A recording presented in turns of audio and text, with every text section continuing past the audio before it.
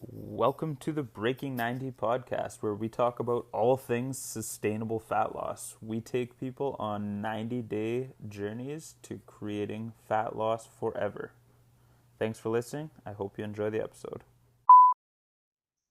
Hello, everybody. Welcome back to the Breaking 90 podcast. I'm your host, Alex Jerrika, here with my co-host, Jerrika. We are two of the coaches of Breaking 90 Fitness. Thanks for being here. I hope you enjoyed today's episode. Hey, Jer. How you doing? Good, you? Pretty good. What's going on? Nothing. We're getting ready to go camping. Probably our last camping trip of the year. Not really camping though, kind of just glamping. Did you get like an Airbnb or something? No. It's so ever since I've been a child, we've gone to Killbear, which is just for those of you who aren't like in Canada, it's right outside Georgian Bay. It's a provincial park I've gone to every single year since I've been born. So this is my amazing. 35th year going to this park. I probably know it better than like most of the park wardens now. All the secret hideouts. Yeah, I like my childhood is at this provincial park, and so we've made like a pact to always get there every year, no matter what. And this summer we couldn't get a site because it's gotten really busy. There's been a lot of push for camping in Ontario, and it's got a beautiful beach, so it gets booked up really fast. So we tried Sandbanks and we tried McGregor Point, which were both beautiful too, but I just have to get to Killbear, so we're going to Killbear this week, and my parents are there. It's supposed to be gorgeous. Yeah, and my parents are there with their trailer, so we're staying in a trailer, so it's like it's not really camping. That's how we do with my parents too. It's easier when you have the whole family together. Yeah. Normally we stay in a tent, but I was like, you know what? If you guys are there with the trailer, we're only coming for 2 nights, and we're going to get there late Friday, so this will be so easy. Just show up and sleep. Awesome. But regardless, it'll still be like an awesome weekend, and it's a beautiful park. I've been only twice in my life. Oh, it's the best. It's the best. Yeah. Love it there. Hikes too. Yeah. All right. Today, I want to talk about one of our guiding principles. I want to talk about consistency over intensity. So we revisit our guiding principles often with you guys. We have 5 guiding principles. You've probably heard them all or heard us talk about all of them on an episode somewhere along the line. But I think it's important to retouch on them. And the reason we've created these guiding principles is because we believe if we live by these guiding principles and the decisions we make around our health and fitness, we're always going to be striving to be 1% better. We're always going to be creating a healthier version of ourselves that can live a longer, healthier, better life, which is kind of what all of our goals are. Like none of us are here to do anything really more than that. We want to keep showing up for ourselves. We want to keep showing up for our families. We might want to lose a little bit of weight, but we just want to keep living a really good, high quality life. So that's where these guiding principles can be really powerful tools on your health and fitness journey. So, Jer, when you hear the consistency over intensity, what does that kind of mean to you? It makes me think right away is just being, when we say consistency, it's just being consistent. So like Alex mentioned, that 1% better, it's, doing something small consistently every day.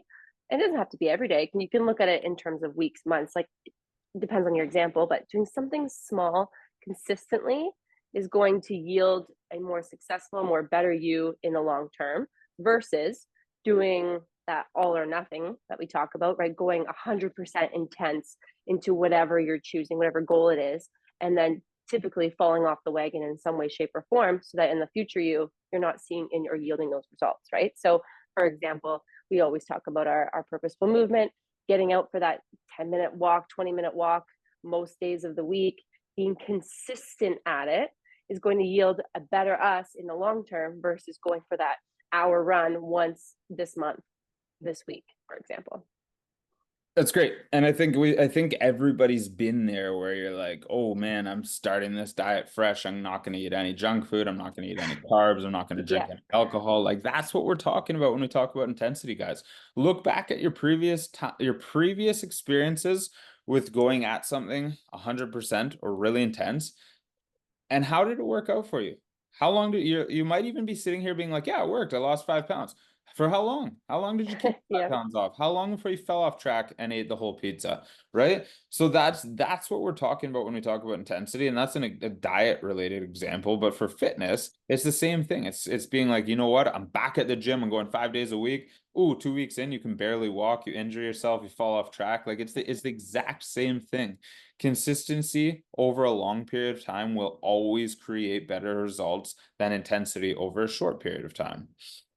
And Uh, sorry. Oh, no, you go ahead. Go ahead. I was going to say, and then when we explain this to, new clients and we're setting these small, achievable, realistic goals with our clients, they automatically be like, that's it.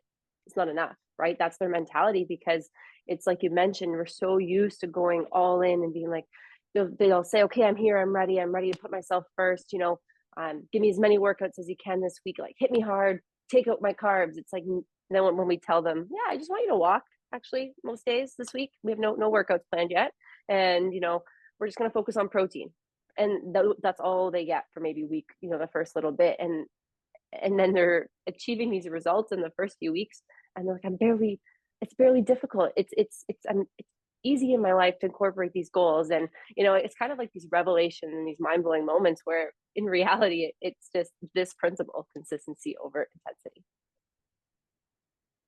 Yeah, I want you to think if anybody who is like a really active athlete in school can relate to this. So when you were super competitive and playing sports every single day growing up, your metabolic rate was through the roof because your body was a furnace. Your body was in constant motion. It had super high demands. So in return, it had high nutrition demands, and we could eat a lot of food without gaining weight, without feeling lethargic or sluggish because our body was a furnace, a legitimate furnace. And we think back to that time, we're like, oh yeah, my metabolism used to be so much better. Well, that's not actually the case. You were just way more active. We all Right. were. If you were that school athlete, high school, college athlete, you were definitely more active than you are now. And now the problem with this is all leading to my example of consistency over intensity. The problem with this is inevitably this stops. It could be a summer break. It could be the end of your sports career. It could be the end of high school or college. Your body and your mind are used to consuming food at the rate Right. that they were when you were working out for 6 hours a day. You're very, very quickly going to gain weight if you continue to eat the same way, but don't have the same amount of exercise output. And nobody can sustain that amount of exercise output for life either. So we need to train ourselves to find that balance. The same thing happens when we approach exercise and nutrition with the consistency over intensity mentality. If we go in guns a-blazing into an exercise program, all of a sudden our body's like, oh my God, I need energy. You got to give me something. And your nutrition requirements go up. If you don't eat enough, you're going to feel lethargic. You're not going to recover. You're going to feel sluggish. You're going to be starving all the time. So likely you're going to start eating a bit more, which I would encourage you to eat more if you're training harder. But then you can't keep up with that training. You're going to fall off track. And it's also going to be hard to bring your nutrition back down. Right. If we just ease ourselves into a nutrition plan or exercise plan and start building on exercise, then our nutrition requirements don't drastically change. And when we have those ebbs and flows of more or less exercise, it's not massively changing our nutrition requirements. It's way easier for our body to adapt to. Our bodies want consistency. Our bodies thrive off of schedule and routine. So when we're giving it these really high highs and these really low lows, it's hard to adapt to that. That's why we get these massive cravings and we feel like hangry, we're starving because you're putting your body through such a big swing and shift from what it's used to doing. And the same thing happens with nutrition. If you go into a new diet and you're like, oh, I'm gonna starve myself this first week, that's a massive shock to your body. It has a hard time with that. It's gonna affect your energy and output, and inevitably it's gonna affect your exercise. So now what's the point if we're deciding to eat way less? And as a result, it also brings our output down, our exercise down. And so now we're not even burning as much. So now we're just starving and not exercising as much.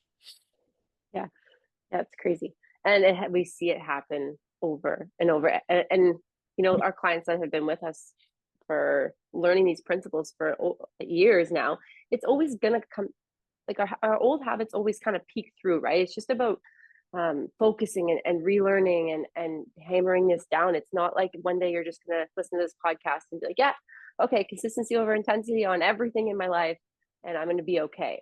It's constantly reteaching and reteaching yourself these lessons, and it's not all going to happen at once, right? Maybe this month, this season, we're focusing on movement, maybe nutrition, right? You can't do it all. You can't do it all at once.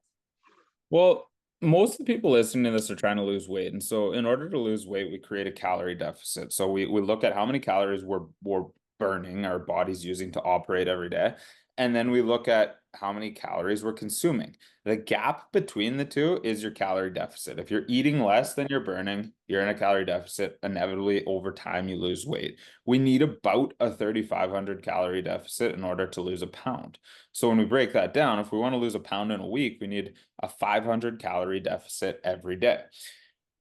I'm telling you right now, it's easier to create a balance of a 500 calorie deficit with exercise and nutrition than it is to do one or the other. To get a 500 calorie workout every single day is a And keep eating the same. And then you're going to be more hungry because you're working so hard to get that 500 calorie deficit in that workout.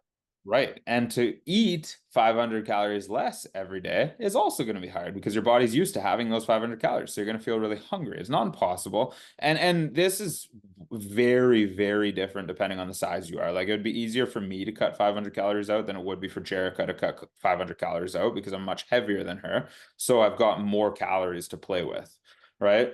But the easiest version of both of these is to exercise a little bit, decrease calories a little bit. Now we create a 500 calorie deficit with a combination of the two, and we still achieve the same thing. And that's it sounds simple and it sounds like it's not enough to say, okay, exercise for 250 calories. That's probably a 30 to 60-minute walk or workout, depending on your size.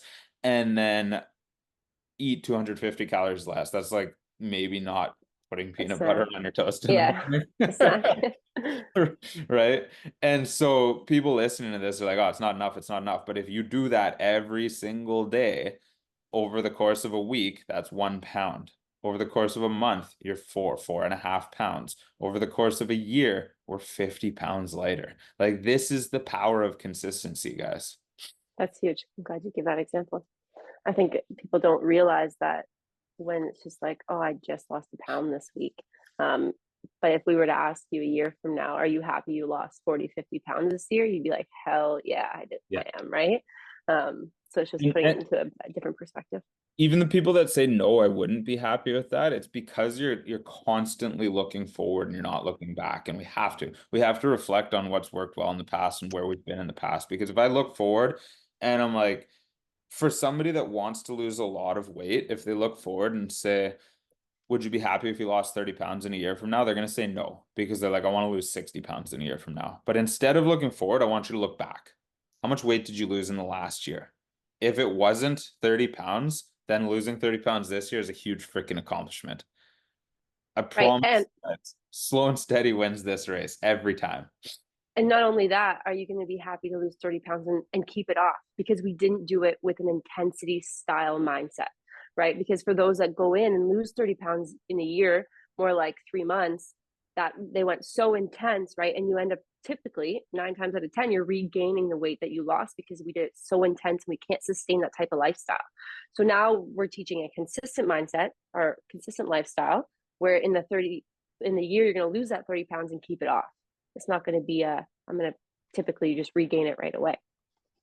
100%. And we can lose weight faster. Like I'm not saying 30 pounds is a cap. I mean, you might lose 50 or 60 pounds depending on your size. You might lose 10 pounds depending on your size and your goals. But going a little bit slower than you think you need to go is going to make it easier. It's going to make it more enjoyable. It's going to make it more sustainable. The list goes on and on. And at the end of the day, what is your race? What are you racing for? If you're like, well, I've got a wedding next year, it's like, well, you should have started earlier. Because this, like, if you kill yourself up until that wedding and you make your goal, and then you fall off track after the wedding, you're right back to square one. And then the next time a wedding pops up, you're doing the same thing. Like this is just a vicious cycle you're never going to get out of. So instead of just being like, I have to push guns a-blazing now because I booked a trip or I have a wedding, make this your new life. What can I change in my life now? What consistent thing can I change in my life now that's just going to always have me ready for when that time comes? Absolutely. And we keep hammering down movement and nutrition, but it's all the habits, or it's any habit that can make a significant change in your life, right? It might be just drinking more water. It might be going to bed a little bit earlier and doing that consistently. Like it's not necessarily just nutrition, right? These other factors that we talk about so often in our podcast, they play such a big factor in our fat loss journey as well. These habits, these consistent habits. Really good examples of this are sleep and alcohol, because if we think of any new parent can relate to this, if we think of sleep, and so on average, you're trying to get 6 to 8 hours of sleep a night. And so let's say that six, because you're a new parent, is really good for you.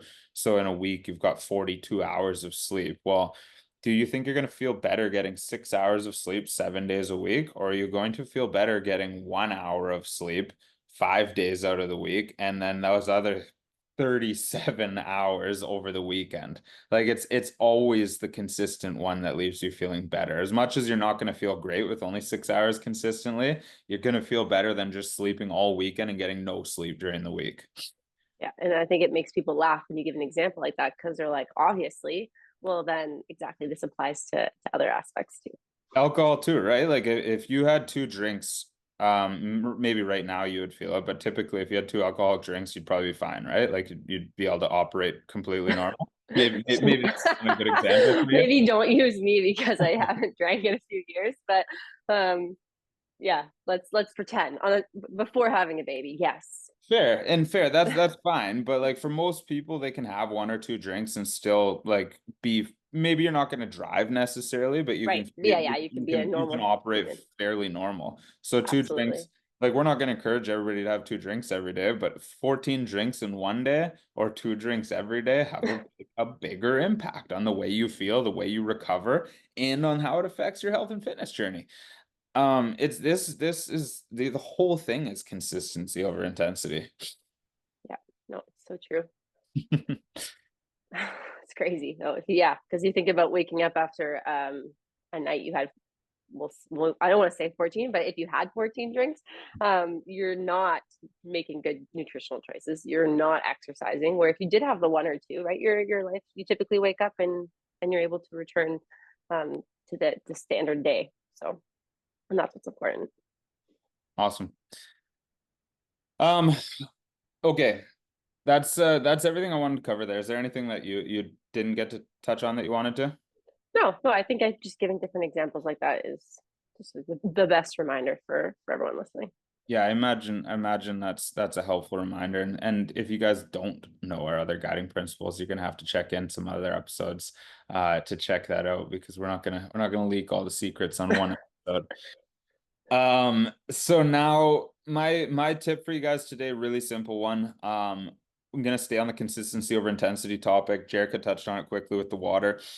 We need to be consistent with our water intake, just like everything in our health and fitness. Like we mentioned, we need to be consistent, but consistent with our water intake. So instead of setting that goal to what you want it to be, that 3 liter goal or 3.5 liter goal that you think is ideal, I just want you looking at what you've been drinking, adding about a half a liter to that. So if you've consistently only been drinking a liter a day, set your goal at 1.5 liters and see how many days you can hit that.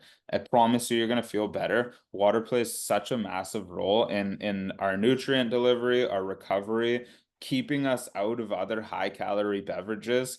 I promise this is going to have a big impact. So I want you guys listening, I want you to start with this today. Look at what your average water intake is, add 1/2 of a liter to that, and hit that as many days in a row as you can.